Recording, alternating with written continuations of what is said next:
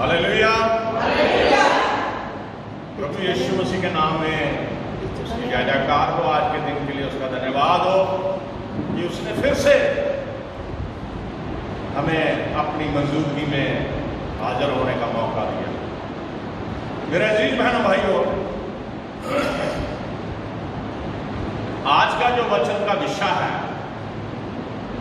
जो आज हम वचन पढ़ने जा रहे हैं, वचन का विषय है आत्माओं को जीतना। सभी बोलो, आत्माओं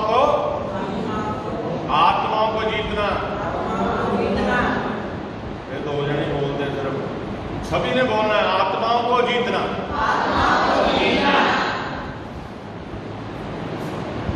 मेरे अजीज बहनों भाइयों, आज के इस समय में पूरी दुनिया में प्रभु यीशु मसीह के नाम का प्रचार हो रहा है और सभी की ये ड्यूटी लगाई गई है कि हम ज्यादा से ज्यादा प्रभु के लिए आत्माएं जीते। आप यहां हफ्ते में एक बार आते हो और प्रभु की हुजूरी में भजन बंदगी में हिस्सेदारी करी, वचन सुना, गवाहियां सुनी और अपने अपने घर को चले जाते हो। बाकी दिन आप अपने कामों में बिजी हो जाते हो, अपनी दुनियावी जिंदगी में मस्त हो जाते हो। आपको ये नहीं पता कि हमने क्या कार्य करना है। बाइबल में ये बताती है कि परमेश्वर के दास की अकेले की ये ड्यूटी नहीं है कि आत्माओं को परमेश्वर के लिए जीते, बल्कि जिस दिन कोई भी बहन भाई तौबा करता है, बपतिस्मा लेता है, पवित्र आत्मा का दान पाता है, विश्वासी बन जाता है यीशु मसीह के नाम में, उसी दिन से उसकी भी जिम्मेवारी हो जाती है कि वो आत्माओं को जीते। बोलो हालेलुया। अगर आप आत्माओं को नहीं जीतेंगे, अगर आप आत्माओं को प्रभु के हुजूर में नहीं लाएंगे, तो आपका हिसाब लेखा जो लिखा जा रहा है, आपसे ये सवाल किया जाएगा न्याय वाले दिन। आपको ये पूछा जाएगा, जब आपको प्रभु ने बचा लिया, जब आपको प्रभु ने अपने लिए चुन लिया, जब आपको प्रभु ने अपनी हजूरी में खड़ा कर लिया, क्या आपकी ड्यूटी नहीं थी कि और लोगों को भी प्रभु के साथ लेके आए? बोलो हालेलुया। आपकी ड्यूटी है। आज दुनिया में ज्यादातर लोग क्या है, एक ही बात उनके दिमाग में घूम रही है, पादरी बन जाओ, प्रभु के दास बन जाओ।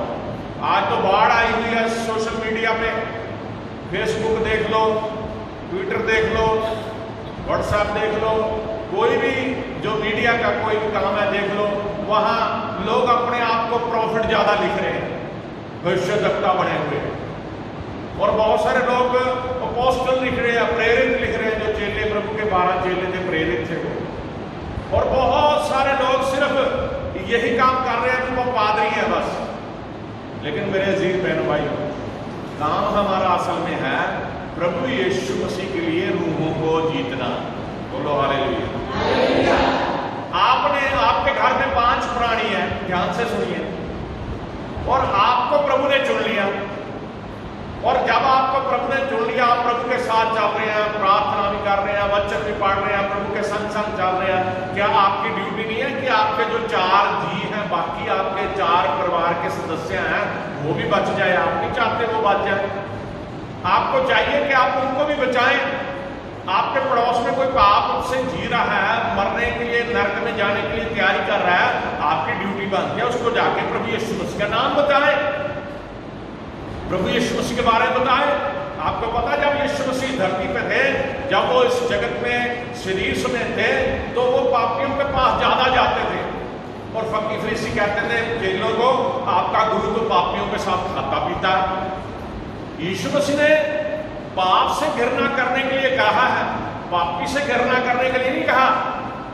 मेरे अजीज बहनों भाइयों, आपकी ड्यूटी है। अब चर्च में जो कलीसिया में नौजवान होते हैं, उनकी ड्यूटी है इन बातों का ध्यान रखना। हमारी कलीसिया में क्या कमी है, आपको ध्यान रखना है कि पूरे हफ्ते जब हम एक दिन यहाँ इकट्ठे होते हैं, कुछ परिवार प्रभु के हुजूर में नहीं आ रहे, कुछ नौजवानों की ड्यूटी अपने आप उनको आत्मा अगुवाई करे कि वो जाके पूछे, भाई आप चर्च क्यों नहीं आ रहे बहन जी या भाई जी, और उन लोगों को प्रेरित करें कि चर्च में आना जरूरी है।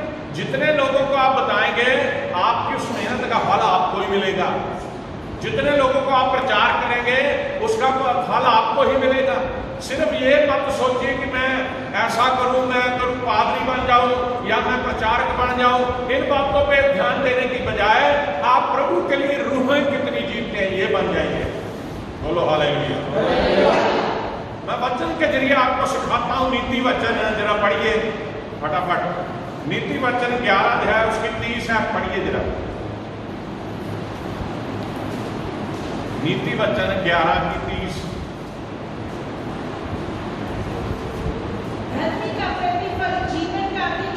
आप देखो यहाँ पे लिखा, प्रभु के दास ने सुलेमान में लिखा धर्मी का। धर्मी मतलब जो यीशु मसीह पे विश्वास करते और अपने जीवन पाप से रहित जीवित है। धर्मी का प्रतिफल जीवन का वृक्ष होता है। जीवन का वृक्ष होता है। हालेलुया। वो यीशु मसीह के साथ सदा रहेगा। धर्मी का प्रतिफल जो उसको गिफ्ट मिलना है वो जीवन का मुकुट है, वो जीवन का दरख्त है।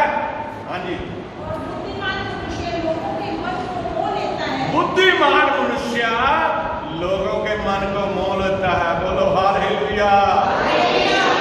हमने बुद्धिमान बनना है, हमने लोगों के मन को मोहना है। कह देते ना कहीं आम कहावत है पंजाबी में, कह रहे पता नहीं इसके पास कैडी पावर है, सभी को अपने वास में कर लेता है, आम भाषा में कह देते। लेकिन जो यीशु मसीह के विश्वासी हैं उनके पास तो सारी दुनिया का खजाना है। इतनी बड़ी पावर है हाथ में, इतनी बड़ी पावर आपके पास, आप किसी को भी प्रभु यीशु मसीह के लिए अपने साथ जोड़ सकते हो। बोलो हालेलुया। ये है पवित्र वचन प्रभु का। इस वचन के जरिए आप किसी को भी जीत सकते हो। कई बार जब मैं वचन के अनुसार आत्मा जब मुझे कहती, मैं नौजवानों को कुछ कह देता हूं, उनको तो तकलीफ होती है, हमें बोलते हैं, लेकिन प्रभु का वचन मुझे कहता है कि नौजवानों को ताड़, उनको ताड़ना दे ताकि वो और बेहतर करे, ताकि वो और बेहतर बने, ताकि वो और परमेश्वर की हजूरी में आगे बढ़े। अगर आज मैं प्रभु की हजूरी में वचन सुनाने लायक बना हूं, मुझे भी किसी बुजुर्ग ने, मुझे भी किसी प्रभु के दास ने ताड़ा है, मुझे भी प्रभु के किसी दास से शिक्षा मिली है, मुझे भी, मैंने उस शिक्षा को ग्रहण करा। मैंने ये नहीं कि अगर मुझे डांटा गया तो मैं मुंह से जाके दौड़ गया। मैंने ये नहीं करा कि अगर मुझे डांटा तो मैं उसकी चुगलियां करने लग गया। मैंने ये नहीं करा कि अगर मुझे किसी ने डांटा तो जाके मैं घर में दुआ कर रहा हूं, प्रभु मुझे बहुत डांटता है, उसको साफ कर दे। मैंने ऐसा नहीं करा, बल्कि मुझे खुशी हुई कि मेरे अंदर जो कमियां मुझे बताई गई और आज मैं प्रभु का वचन सुनाने लायक बन गया। अगर आप मसीह में चलते हो, आपको मैं साफ बता देता हूं, दाऊद के जीवन को देखिए। वो 12 साल की उम्र में था, लेकिन उसके चेहरे पे रूहानियत थी। परमेश्वर ने उसे चुना हुआ था अपने लिए। छोटी उम्र में परमेश्वर नौजवानों से प्यार करता है। इस बात को याद रखो सभी नौजवान, नौजवानों से बेहद प्यार करता है। और नौजवानी में जो प्रभु के साथ चल पड़ता है, परमेश्वर उसको इस्तेमाल करता है। मैं आपको बता देता हूँ, नौजवानी में जो प्रभु के साथ चलता है, परमेश्वर इस्तेमाल करता है। मैंने छोटे बचपन से ही, जब मुझे प्रभु की लालसा लगी, प्रभु के संग चला, समझदार जब हुआ, तो वही प्रभु के साथ जो मेरी संगति थी, वो मुझे प्रभु की हजूरी में उसका सेवक बना के खड़ा कर चुकी है। हालेलुया। जो बुद्धिमान मनुष्य होता है, साफ लिखा है, वो क्या करता है, लोगों के दिलों को मोह लेता है। धर्मी का जो प्रतिफल है वो क्या है, जीवन का दरख्त है। पंजाबी में पढ़िए से क्या लिखा हुआ, धर्मी का फल जीवन का वृक्ष है। धर्मी का फल जीवन का वृक्ष है। अते जेड़ा बुद्धवान है, और जेड़ा बुद्धवान है वो लोगों के मनों को मोह लेता है। वो लोगों के मनों को मोह लेता है, और कोई नहीं। अब हम क्या करते हैं, हमारे जीवन में पाप भरा हुआ है। जो परमेश्वर के पीछे चल रहा है उसमें क्वालिटी होनी चाहिए। पहली बात, जब आप निकले हो परमेश्वर के काम के लिए, आपने रूहों को जीतना है ना, पहले आप अपने अंदर अपने आप को देखिए, आईने के सामने खड़े हो जाइए जाके, अगर नहीं आपको कोई समझ आ रही बात, अपने आप को देखिए और अपने आप से बात कीजिए। आप यीशु मसीह के साथ चल रहे हो, पहले अपने आप को टटोलिए। दूसरों को तभी जाके आप शिक्षा दे सकते हो अगर आप प्रभु के साथ चल रहे हो। बोलो हालेलुया। अगर आपका जीवन तो पाप में है, तो आप किसी को कह सकते हो कि पाप ना कर? बोलो, आप खुद पापी हो, आप किसी को जाके कह सकते हो तो पाप ना कर?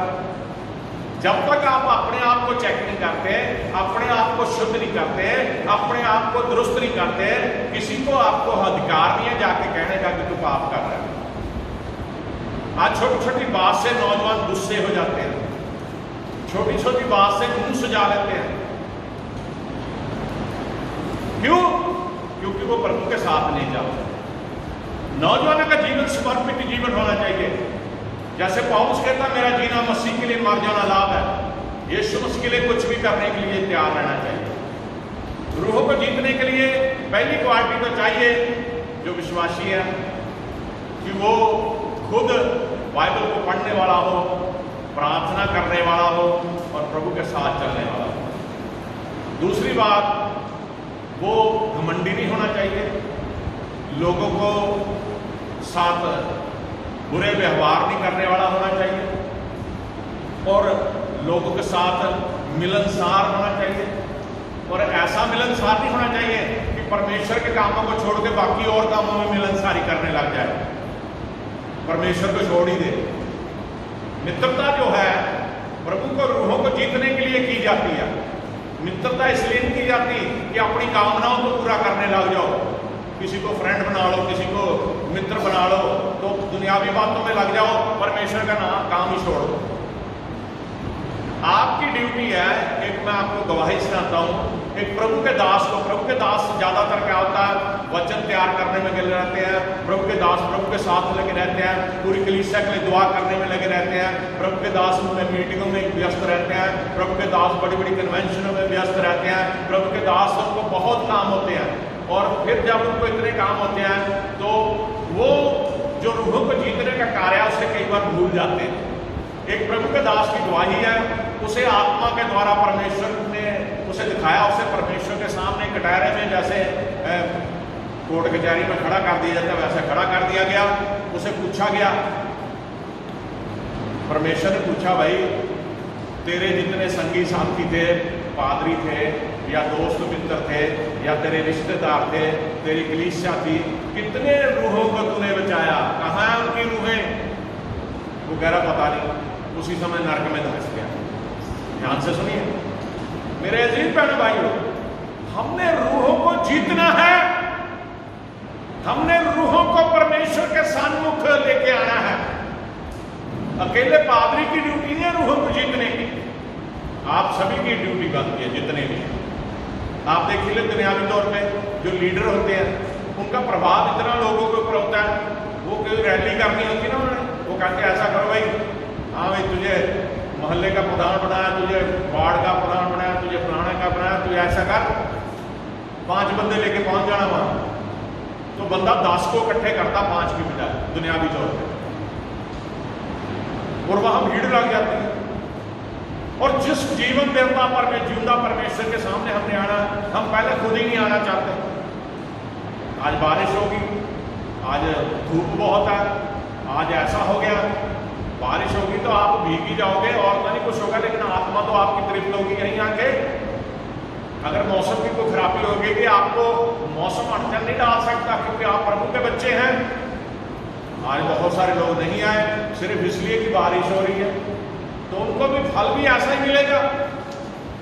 मेरे जी बहनों भाइयों, जो बुद्धिमान मनुष्य होता है परमेश्वर की नजर में, अपने आप को बुद्धिमान ना समझिए, परमेश्वर की नजर में जो बुद्धिमान है वो लोगों के दिलों को मोह लेता है। आमीन, आमीन। बाइबल में एक बहुत ही अच्छा वर्ष लिखा है, सब भजन संहिता 126 अध्याय, भजन संहिता 126 उसकी 5 शेर जरा पढ़ना। जो आंसू बहाती हुई होती है, हाँ, यहाँ बड़े ध्यान से सुनना, यही पे सारा निचोड़ आपको मिल जाएगा आज वचन का। जो आंसू बहाए हुए होते हैं, बहाते हुए होते हैं, वे जय जयकार करते हुए लौटने पाएंगे, वो जय जयकार करते हैं लबने पाएंगे। हालेलुया। चाहे बोने वाला बीज लेकर रोता हुआ, चाहे बोने वाला बीज लेके रोता हुआ जाए, परंतु वे फिर फूलियां लिए जय जयकार करता हुआ निश्चय लेकिन फिर वो होगा। फूलियां लेके जय जयकार करता वापस आएगा। हालेलुया। ये है असली जिंदगी। यहां पे जो आपको वचन पढ़ के सुना दिया, हो गया 6 तक। आपको वचन पढ़ के सुना दिया तो यहां पे आपको समझ ये आएगी। यहां लिखा है, दोबारा पढ़िए जरा ऊंची आवाज में। जो आंसू बहाते हुए बोलते हैं। हाँ, यहाँ आप लोग तो यही सोचेंगे जो आंसू बहाते हुए बोलते हैं। आप कहेंगे जो किसान है वो तकलीफ में, बड़े दुख में बीज बीजता है। बोने का यहाँ शब्द आया बीज के बारे में। हाँ जी। और फिर जब वो फसल बीज देता है तो वो जय जयकार करते उसे लबने पाएगा, न्याण पाएगा। चाहे बोने वाला बीज लेकर रोता हुआ चला जाए। यहाँ पे ये लिखा कि बीज बोने वाला जो बीज लेकर रोता हुआ चला जाए, बड़े दुख में, बड़ी अनमने मन से जाए, लेकिन जब फिर उसकी फसल तैयार होती है वो फूले बांध बांध के लेके आता है।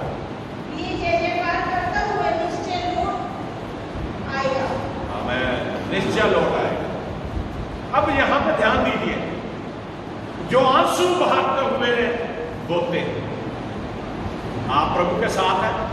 आप यीशु मसीह के जीवन को देखिए। यीशु मसीह ने यरूशलेम के को देखा और यीशु मसीह रोया, वहां लिखा बाइबल को पढ़ लेना। यीशु मसीह रोया। अब यीशु मसीह को क्या जरूरत थी उन लोगों के लिए रोने की? क्योंकि उसने बोझ रखा उस यरूशलेम के लोगों का, उस प्रभु की प्रजा का, परमेश्वर की प्रजा का, वो उनके लिए रोया।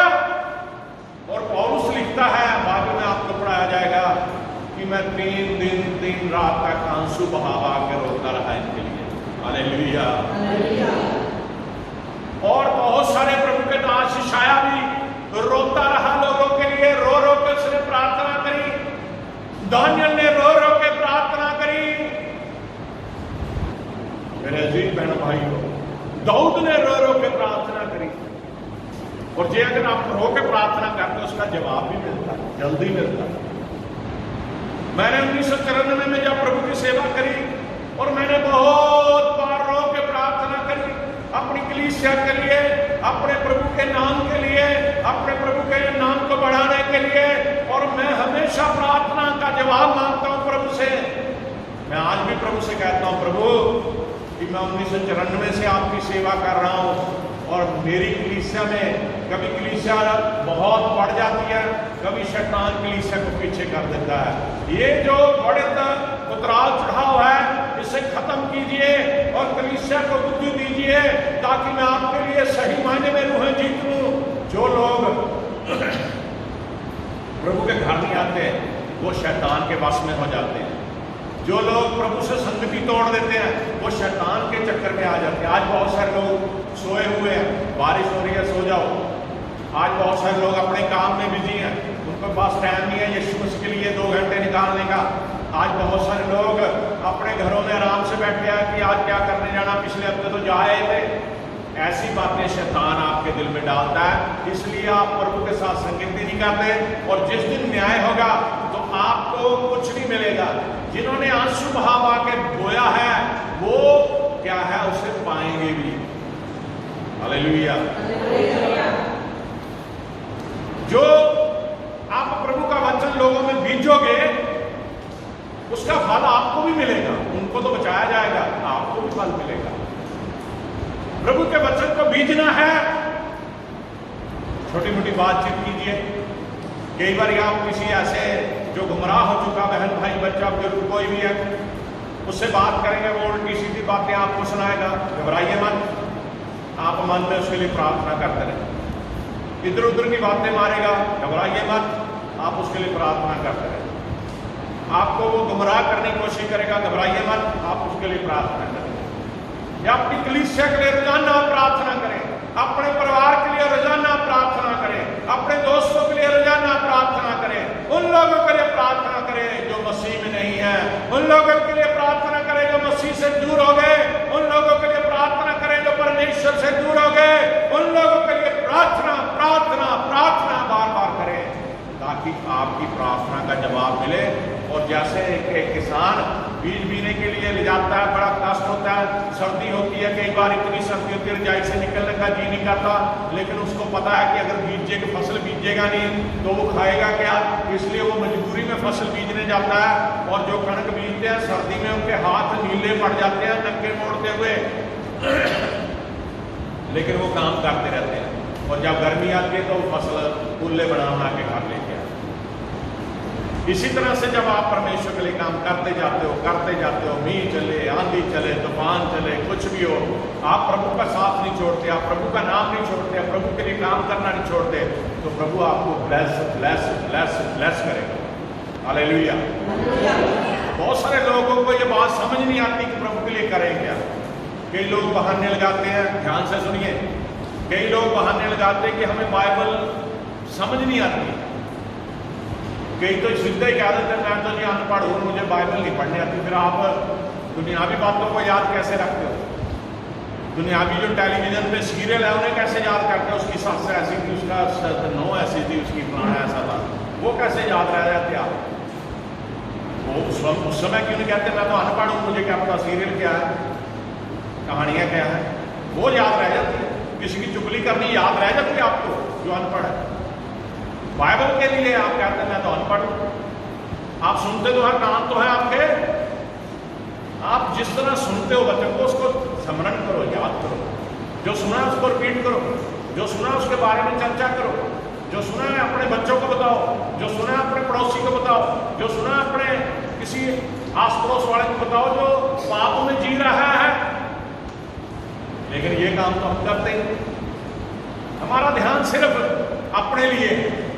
आज लोगों की प्रार्थना भी यही है कि प्रभु मुझे अच्छा कर दे, प्रभु मुझे अच्छा घर दे दे, प्रभु मुझे पैसा दे दे, प्रभु मेरे बच्चों का अच्छा कर दे, और किसी के लिए दुआ नहीं है। बोझ रख के दुआ कीजिए औरों के लिए, तभी आप रूहों को जीत सकते हैं। आपने कभी किसी ने ये प्रयास किया कि यीशु मसीह का नाम मैं किसी अपने दोस्त को बताऊं? किसने प्रयास किया बताइए? किसी ने ये प्रयत्न किया कि मैं अपना प्रभु का नाम किसी अपने दोस्त मित्र को बताऊं? बताइए, ये कमी है हमारे अंदर। जितने जने बैठे एक ने भी हाथ खड़ा। आप प्रभु के लिए कुछ करना ही नहीं चाहते, फिर आप रूहों को कैसे जीत लोगे? जब किसान इतने दुख में फसल बीजता है तो फिर वो उसे काटता भी है। यीशु मसीह ने धरती पे आके इतना दुख उस देह के द्वारा सहा, ऐसा दुख तो हम सह नहीं सकते, उसे सलीब पे चढ़ा दिया गया, सर पे कांटों का ताज रखा गया, हाथों पैरों में कीड़े ठोक गए, पसली में नेंजे मारे गए, पीठ पे 39 कोड़े मारे गए, लोगों ने उसके मुंह पे थूका, लोगों ने उसे थप्पड़ मारे, उसका मजाक उड़ाया, उसे गट्ठों में उड़ाया। लेकिन मेरे प्रभु यीशु मसीह ने उनके लिए उल्टा दुआ करी, ये है रूहों को जीतना। हे पिता ने क्षमा कर, ये जानते नहीं क्या कर रहे। हालेलुया। हम क्या करते हैं? अगर हमारे साथ कोई अन्याय करता है, हम उससे बदला लेने के लिए दौड़ते हैं, हम उसे मारने के लिए दौड़ते हैं, उसके विरुद्ध हम प्रार्थना करते हैं, उसके लिए हम अपना पल्ला अट लेते हैं। मैंने तो पल्ला अट लिया, इसका खात्मा हो जाएगा, इसका नाश हो जाएगा। अपने पड़ोसी से लड़ाइयाँ करते रहते हैं, उसे प्रभु का नाम तो क्या सुनाना, खुद लड़ते ही रहते हैं। अपने परिवार में आप देखते हैं, अपने आप बचाए गए हो, आपके रिश्तेदार अभी बचाए नहीं गए, आपके भाई बंधु बचाए नहीं गए, उन्हें बताओ। बाइबल में आपको कहानी सुनाई थी लाजर और उस धनवान की।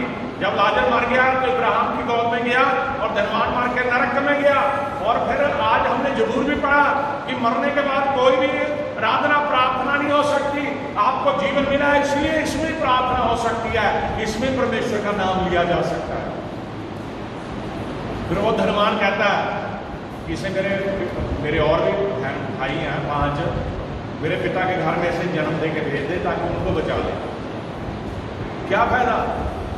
जब आपको जीवन मिला, आपने प्रभु के लिए काम नहीं किया, जिस दिन आपका जीवन फिनिश हो जाएगा फिर आप प्रभु के लिए काम करेंगे।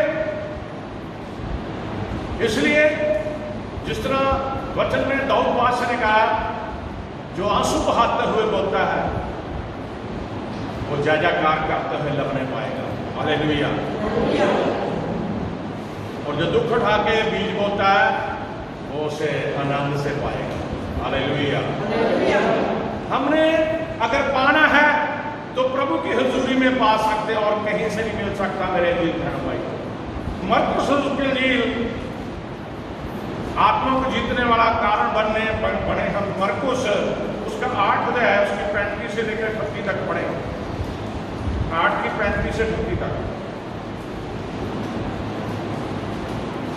तब उसने बैठकर 12 को बुलाया और उनसे कहा, यदि कोई बड़ा होना चाहे। मरकुस 8 अध्याय है, और 35 तो 38 के,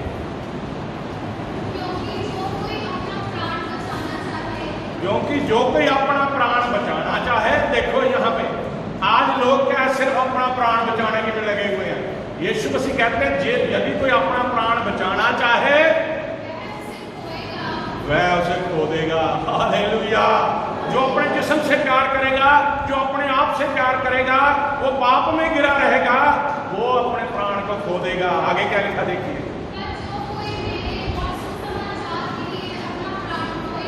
जो कोई मेरे और सुसमाचार के लिए अपना प्राण खोएगा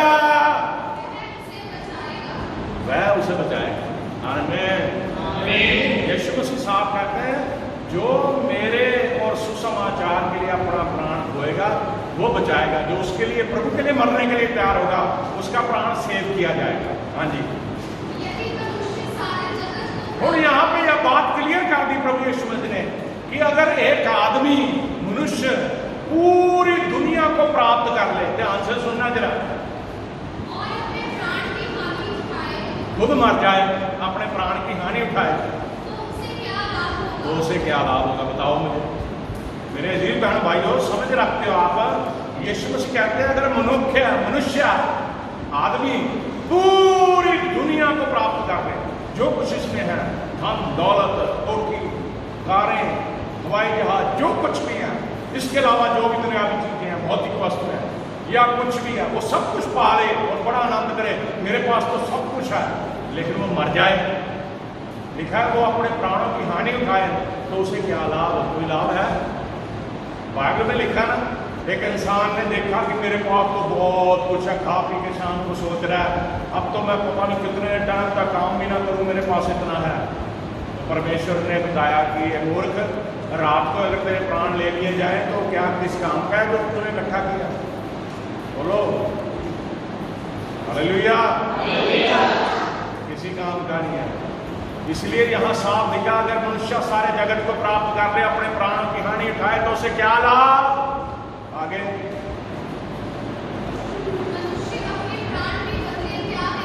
हाँ, यहाँ पे ये बात क्लियर है कि मनुष्य अपने प्राण के बदले परमेश्वर को क्या देगा?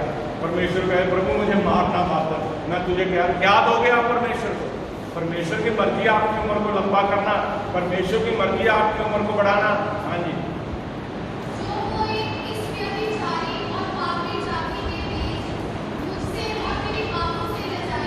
जो कोई इस व्यभिचारी और पापी जाति के लिए मुझसे और मेरे क्या है,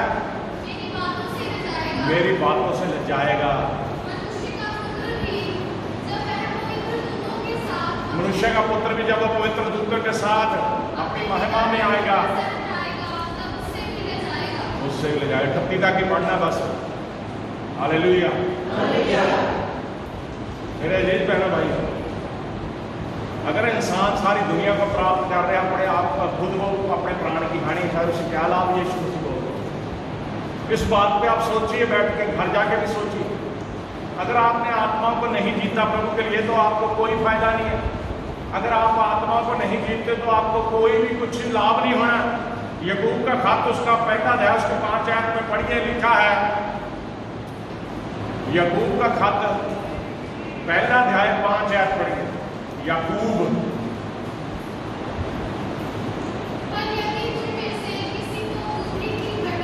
यहाँ पे क्लियर लिखा, कई लोग बहाने बनाते हैं, मुझे बाइबल भी पढ़ सकता, मैं तो अनपढ़ हूँ, मैं कमजोर हूँ, मेरी याददाश्त कमजोर है, मैं तो जी ब्लड प्रेशर का मरीज हूँ, मैं तो जी फलाना याददाश्त भूलने का मरीज हूँ, मेरे तो जी घर में एक ही कमरा है, वहीं पे सभी रहते हैं, मैं तो सुन ही नहीं सकता, संगत भी नहीं कर सकता। ये बहाने हैं। यहाँ प्रभु का वचन ये बताता, प्रभु का दास कहता है कि परमेश्वर कहता है, पर यदि तुम में से किसी को बुद्धि की घटी हो तो वह परमेश्वर से मांगे, जो बिना लाना दिए सबको दावता से देता है। उसको भी दी जाएगी। हालेलुया। अगर आपको बुद्धि की कमी है, क्योंकि कोई भी इंसान इस जगत में हर कोई कहता मैं तो बुद्धिमान, मूर्ख कोई नहीं है। सब कहते हैं आप मूर्ख हो, मैं तो बड़ा समझदार हूं। दुनियावी तौर पे हर कोई बड़ा सियाना बना हुआ, बड़ा समझदार बना हुआ, लेकिन परमेश्वर कहता है अपनी बुद्धि पे यकीन न कर, दुनियावी बुद्धि पे यकीन न कर, अपने चलाए चल ना चल, परमेश्वर की आत्मा के चलाए हमें चलना है। जो कोई जिससे बुद्धि की कमी हो वो परमेश्वर से मांगे, जो बिना फलाना दिए, कोई भी मीणा ताना मारे, बहुत आस से उसे देगा और उसे दी जाएगी। Hallelujah, hallelujah. और यदि तुम में से किसी को बुद्धि की घटी हो तो परमेश्वर से मांगे, जो बिना फलाना दिए सबको उदारता से देता है, उसको भी दी जाएगी जो मांगेगा। बोलो हालेलुया। अब सवाल है, लोगों में कमियां अपने में होती हैं और परमेश्वर को दोष देते रहते हैं। हमें बहुत सारे लोग ऐसे मिलते हैं, हमारे लिए दुआ कर दो जी, हमारी दुआ तो रब सुनता नहीं है, आपकी सुनता है।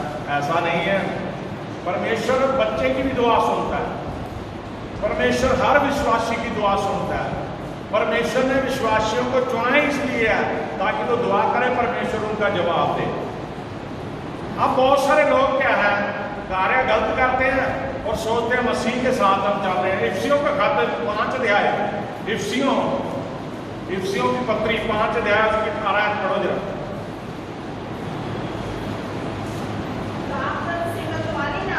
और दाखरस से मतवाले ना बनो,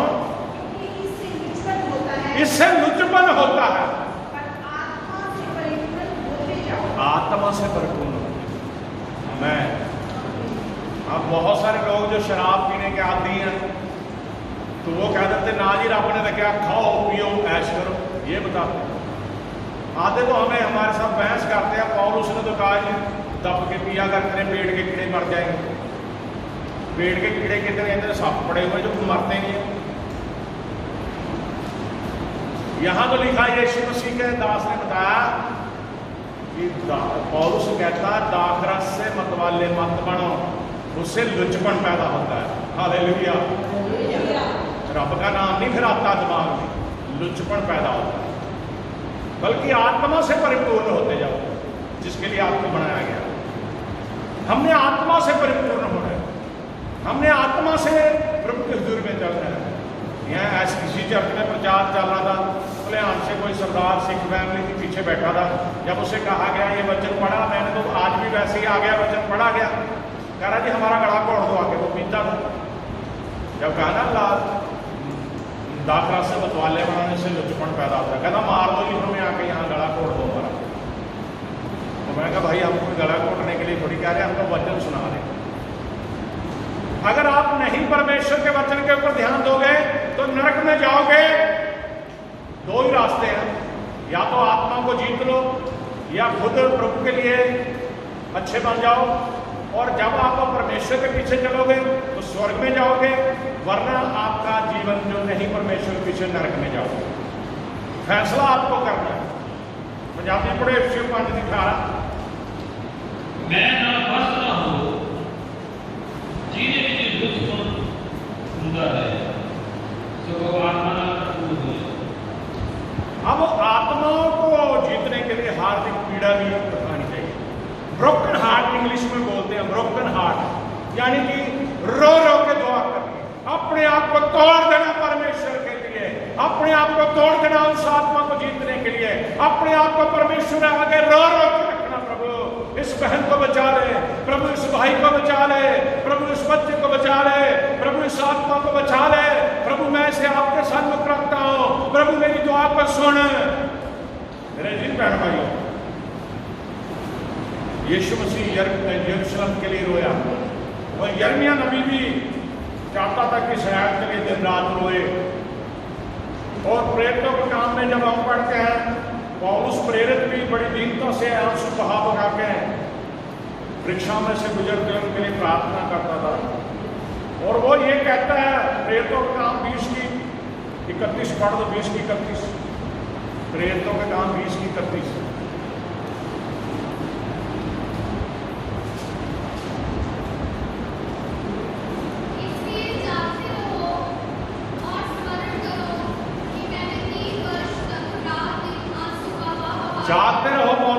स्मरण करो, चेते करो, मैंने रात दिन 3 दिन तक आंसू बहा बहा के तुम्हारे लिए प्रार्थना करी।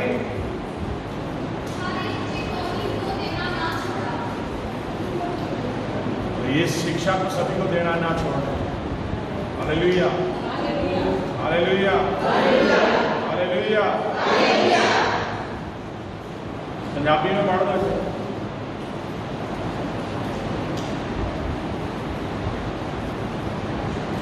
हिंदी से पढ़ दो, नहीं मिली हिंदी से पढ़ दो फटाफट। इसलिए जागते रहो और स्मरण करो, इसलिए जागते रहो, स्मरण करो कि मैंने 3 वर्ष तक रात दिन आंसू बहा बहा कर रात दिन आंसू बहा बहा कर हर एक को चेतावनी देना हर एक को चेतावनी देना ना छोड़ा। नहीं छड्या, हर एक को ताड़ते रहो। यीशु मसीह के बारे में बताओ सभी को। लूका रसूल की इंजील उसका 15 अध्याय, बस 1-2 अंदर पढ़ेंगे, आज का वचन पूरा हो जाएगा। लूका रसूल 15 अध्याय की 7 से 10 तक पढ़ दो। 15 की 7 से 10 तक। मैं तुमसे कहता हूँ कि किसी रीति से एक मन फिराने वाले पापी के विषय में भी स्वर्ग में कितना ही आनंद होगा। मैं तुमसे कहता हूँ इस विषय के मान पर पापी के लिए स्वर्ग में इतना होगा जितना कि ईरान में ऐसे धर्मियों के विषय नहीं होता। जितना धर्मियों के विषय होता है। लूका 15 की 7 से 10 पढ़नी है। 15 की 7 से 10। जिन्हें मन फिराने की आवश्यकता नहीं, जिन्हें मन फिराने की आवश्यकता नहीं। या कौन ऐसी स्त्री होगी कौन ऐसी स्त्री होगी जिसके पास 10 सिक्के हों जिसके पास 10 सिक्के हो, और उनमें से एक हो जाए, उसका एक सिक्का खो जाए, तो वे दिया जलाकर और घर वो झाड़ दिया जलाकर घर छाड़ होगा, झाड़ेगी, साफ करेगी, जब तक मिल ना जाए, जब तक वो सिक्का मिल ना जाए। जी लगाकर खोजती ना रहे। जी लगा के खोजती रहेगी, और जब मिल जाता है, और जब मिल जाता है तो वे अपनी सखियों और दोस्तियों को इकट्ठा करती रहती है। जब मिल जाता है अपने आस पड़ोस वाले को इकट्ठा करके कहती है मेरे साथ आनंद करो, मेरे साथ आनंद करो, कि मेरा खोया हुआ सिक्का मिल गया है। मेरा खोया सिक्का मिल गया। उदाहरण दिया यीशु मसीह ने। मैं तुमसे कहता हूँ, प्रभु यीशु मसीह ने, मैं तुमसे कहता हूँ, किसी रीति पापी के विषय में इसी रीति से एक मन फिराने वाले पापी के विषय में परमेश्वर के स्वर्गदूतों के सामने आनंद होता है। परमेश्वर के स्वर्गदूत के सामने ना होता है। अगर आप एक रूह को बचा लेते हो ना, आत्मा को जीतने का वचन है हमारा विषय है, तो अगर आप एक रूह बचा लेते हो तो ऐसे स्वर्ग में आनंद मनाया जाता है। दूत आनंद मनाते हैं कि यीशु मसीह के लिए रूह जीती। एक उदाहरण दी यीशु मसीह ने कि औरत का सिक्का खो गया, उसने उसे ढूंढा, ये नहीं कि गया बस गुम हो गया। ये सिक्का दुनियावी पैसा नहीं है, आपके बहन भाई हैं, आपकी कलीसिया के लोग हैं जो पाप में पड़े हुए हैं, जो यीशु परमेश्वर के मार्ग से भटक गए हैं, उन्हें आप परमेश्वर के मार्ग पे लेके आइए। तो स्वर्ग में बहुत सारी आशीष भरा हाथ आपके ऊपर भी रखा जाएगा और उनके लिए बहुत सारा आनंद मनाया जाएगा। आमीन। हो गया पूरा। यशायाह की पुस्तक 53 अध्याय उसकी 11 पढ़ो। यशायाह 53 उसकी 11। 53 मैं अपने प्राणों का दुख उठाकर वह अपने प्राणों का दुख उठाकर उसे देखेगा और तृप्त होगा। वो तृप्त होगा। अपने ज्ञान के द्वारा मेरा धर्मी दास बहुतों को धर्मी ठहराएगा। अपने ज्ञान के द्वारा जो धर्मी दास है ना, बहुतों को धर्मी ठहराएगा। और उनके अधर्म के कामों का बोझ आप उठा लेगा। उनके धर्म के कामों का बोझ आप उठा लेगा। जिस तरह हमारे यीशु मसीह ने दुनिया के सारे पापों का बोझ अपने ऊपर उठा लिया। जो आत्मा को जीतने वाला इंसान है वो ऐसा ही होता है। वो अपने धर्म के कार्यों के द्वारा, वो अपनी धार्मिकता के द्वारा बहुत सारे रूहों को जीतने के लिए प्रेरित रहता है और परमेश्वर की हुजूरी में उनका जो बोझ अपने ऊपर ले लेता है। बोझ कैसे लिया जाता है? दुआ करके, प्रभु का वचन पढ़ के और लोगों में प्रचार करके और लोगों में प्रभु यीशु मसीह के नाम को सुना के। बोलो हालेलुया। लास्ट में हम पढ़ेंगे आज बात आ जाती है दृढ़ विश्वास पे। याकूब का खत 5 अध्याय उसके 20 आयत पढ़ो। बहुत बढ़िया आयत है, इसे ध्यान से सुनना और इसे बांध के ले जाना। याकूब 5 की 20